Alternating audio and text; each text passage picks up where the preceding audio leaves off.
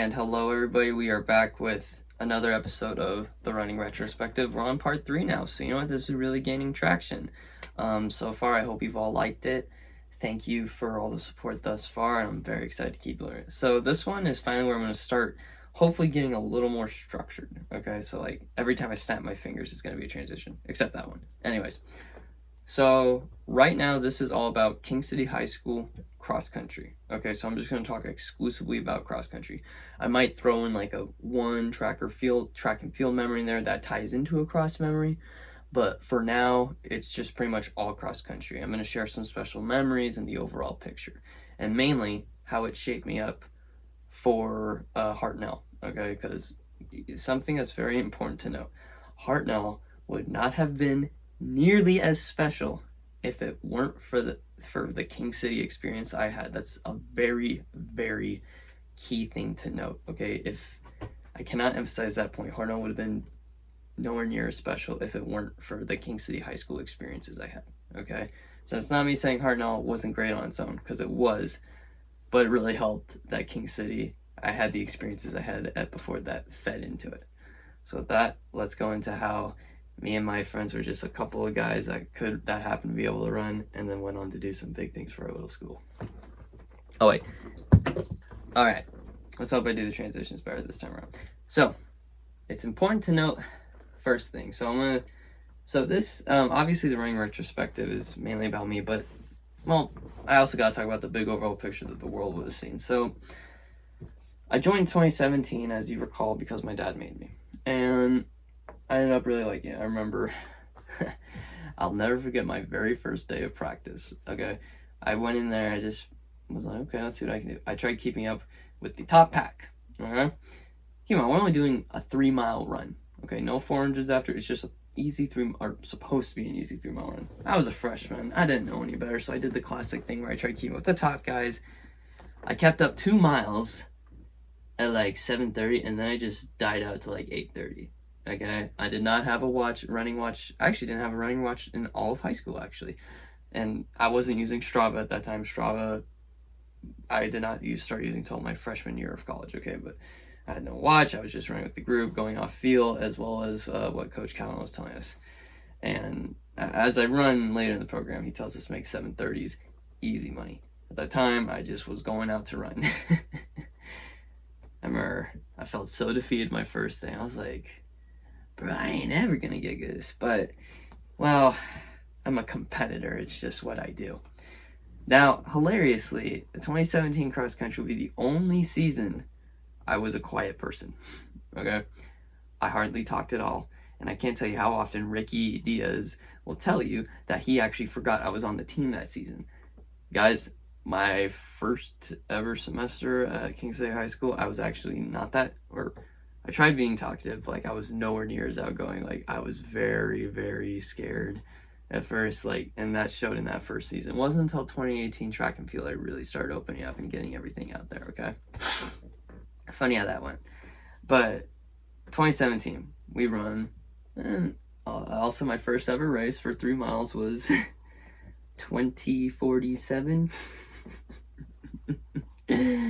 Barely went sub 7 pace my first race at Toro Park. It's hilarious to think about now. That's now like that was like my 4-mile split for 8K.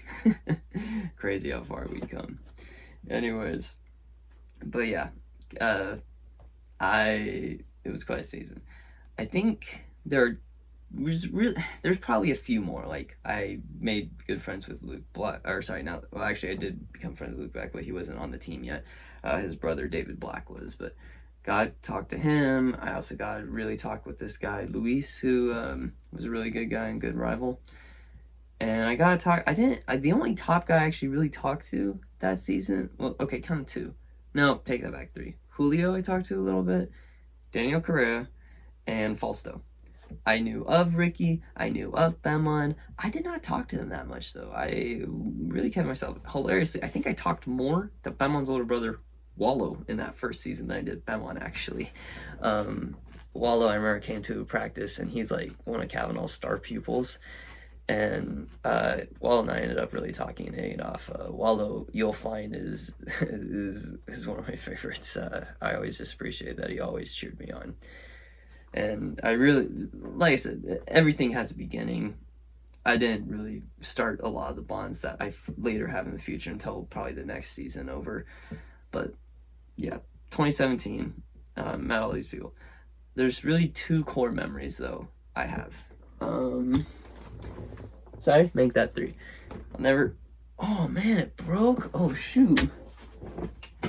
Oh wait, phew. Oh, it didn't break. I was about to say, oh my gosh, this mouse is 8 years old and it broke. Wow, only took 8 years. Okay, well, it kind of broke. Okay, I'll have to fix that.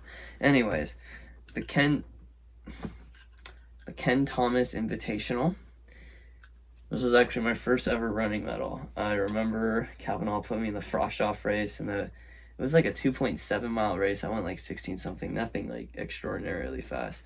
But I remember I got 5th place. Oh, wait, sorry, it wasn't frost off, it was JV. Man, 2017, 8 years ago. First ever running medal. And I remember when I got this medal, I was like, you know what? Maybe I can actually do something in this sport. And this was very fun to receive, even though you witnessed it just breaking right now. One of my favorite medals. And yeah, I remember me and this other guy, Luis, which is a photo right here. He and I got 4th and 5th in that race. And the JV team actually took 1st place. And when Calvin retired, he actually let me keep the team trophy because 2021 was the only one left at the high school at that point. So I actually did get to keep the trophy from that. So yeah, Ken Thomas, Cross Country Invitational 2017 Boys JV Team Champions. Forever special. Anyways, I remember when Calvin was giving us, so I said, hey Calvin, are you going to keep that? And he went, no, do you want it? I was like, yeah. So that is how I got that. But that medal, it's not so much that I ran a fast time or like in a remarkably extensive or exclusive invitational. It's the fact that I got it when I never thought I'd medal or get a medal or anything like that, right? So I was like, wait, maybe I can do something. The next race is conveniently, off the top of my memory, there might have been 1 or 2 races in between, the last ever cross-country MTAL team championships, okay? I remember that day, Waldo was actually there to watch Penland race, who got all MTAL. I remember my JV before, he said, Riley, you can do something. Run fast. He's like, break 19. I think my PR at the time was like 1920 or 1930. I run that race. Somehow, I go 1856. I don't know how whatsoever, okay? And I was like, and when I got it, I got like 9th place over on the race, and I remember everyone cheering. I was like so happy. And then I ended up being the alternate for the team, for the varsity team that was going to sections, okay? And that leads into 3rd core memory, our failure at 2017 CCS.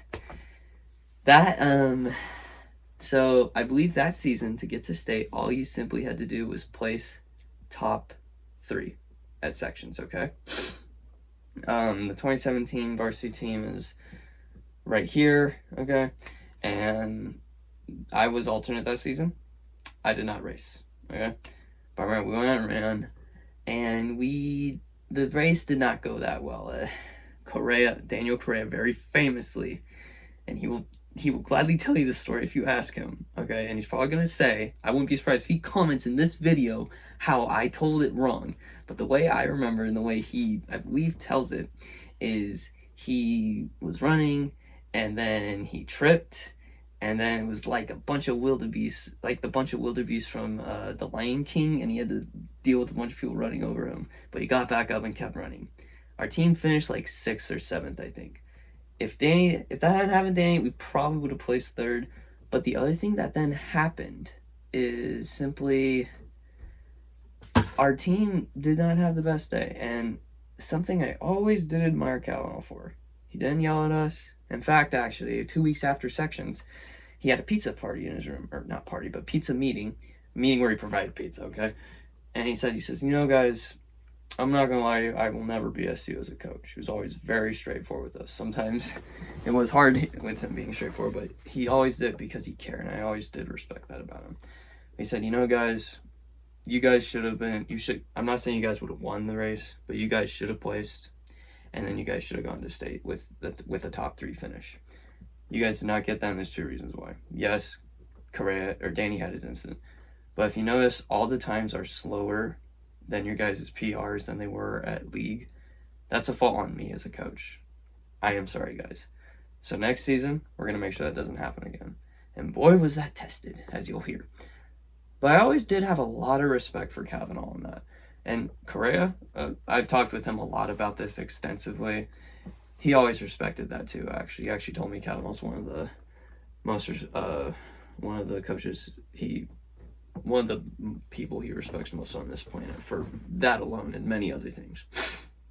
But I remember that season kind of didn't end the way the varsity wanted.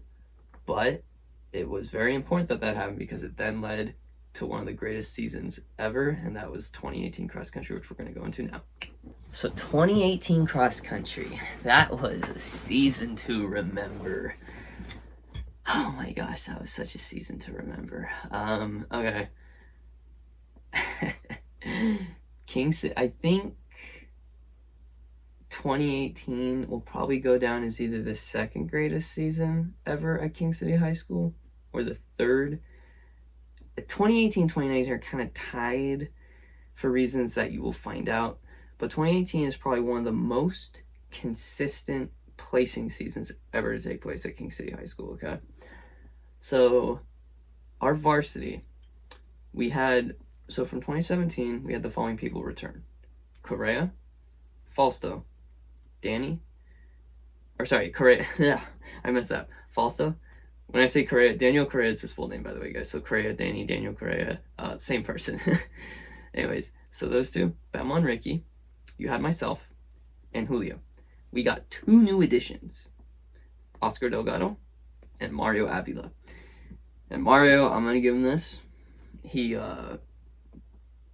ended up being probably quite possibly one of King City High School's greatest cross-country runners alongside Bama, Danny, and Ricky. Okay. So, what happened that season? So in 2018, I don't even know where to begin. That was just a season of winning. I'm gonna talk about the varsity, okay? The varsity did some crazy things, okay? Like we ran this invitational called the Chieftain Spirit Classic Invitational. The varsity took first place by a large landslide. Monterey Bay Invitational, first place. Actually, let me get into the Stanford Invite more in 2019, but we took second place that day. But that was Ricky was having heart problems at that time, so we didn't have the best race. So and our coaches didn't know the course, and they accidentally told us 800 to go when we actually had a mile to go. So that race did not go the best for anybody. Except, Bama and I had an okay race. Anyway, point is, we got second place that race. We did not take first like the rest, okay? Mount Sac, though, we took third, but we were a D4 school that ran in a D1 race, and due to that, we consider that a win, that as a D4 school, we were able to be competitive in a D1 race. So our varsity took third in that race, and that was a really good day, and that Mount Sac was so hot. Anyways. So, varsity was on top of everything, and then MTAL was no longer a thing. It was now just PCAL. PCAL championships, and every single PCAL, center meet. We had 3 center meets and 1 PCAL championship. Okay, no more dual meets, any of that. Those PCAL center meets, we dominated all of them, and then we also won the PCAL championships. Okay, one disclaimer: I'm not gonna go into how our league works. It changed a lot in 2018. It's very confusing. There's 4 sub leagues within PCAL. We were technically champions of one, but if you look at the times, we would have still dominated them all. But just know this: for sake of this video, we were PCAL championships. We were PCAL champs. I'm not going to dive into the Gap 1 mission and all that, okay? But we were PCAL champs. And then at CCS, Central Coast Section, we won again, and then we took 4th place at CIF for state, okay?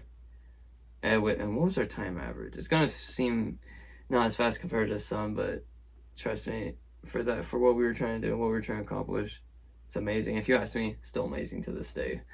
Looking far back at how but mainly that's what we worked for. But it was like, I think our time average, like 16:36 was our time average at state that season. But that was 2018. Just a lot of winning. Every single race was first, silver or bronze as a team place, except for one, which was state. But other than that, a legendary season. Gosh. But funny fact, funny fact, I only ran that season 3 varsity races, okay? Or there was only 3 races I ran as varsity. That was PCal Center Meet number 2, PCal Center Meet number 1, and Stanford Invite, okay? The rest, I was running frosh off with Oscar Delgado, and also upcoming runner Mario Calderon. Mario Calderon was good in 2018, but he didn't really make his debut until 2019. But anyways, now I've kind of laid out all the names, all the people. Oh wait, one thing actually I forgot. One other new person that joined our team in 2018, Peter Avila. I totally forgot to mention that. But that 2018 season was just all about let's run, let's go out and win sections. And Kavanaugh, by this point in time, had 4 teams win sections and go to state, okay? And so it was a very big deal for our school to win a sectional title, okay? So he was like, come on, guys, we're going to do that. This team has the potential to do it. We went out there and grinded every single day. But, we look back on it all now and say, oh, we had all the winning times, this and that. It didn't start off that way, okay? Just to begin. So, first race this season was that Chieftain Spirit Classic. Great race, and the reason I had this medal exclusively is because I wanted to share a funny story about it.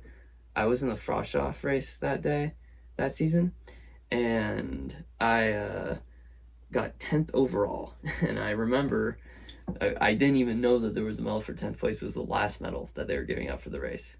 And who gets it? My coach, Zendejas.